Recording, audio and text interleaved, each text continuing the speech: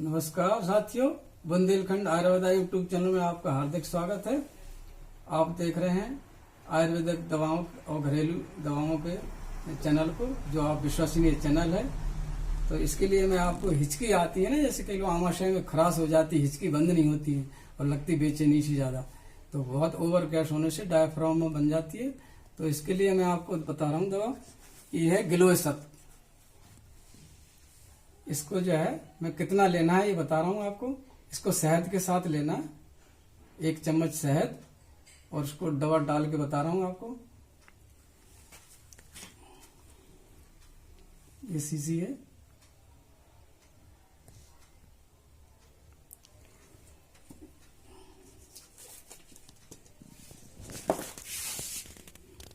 इतना इतना लेना है, इतनी हो जाएगा। इसका सत, गिलोय का सत है ये।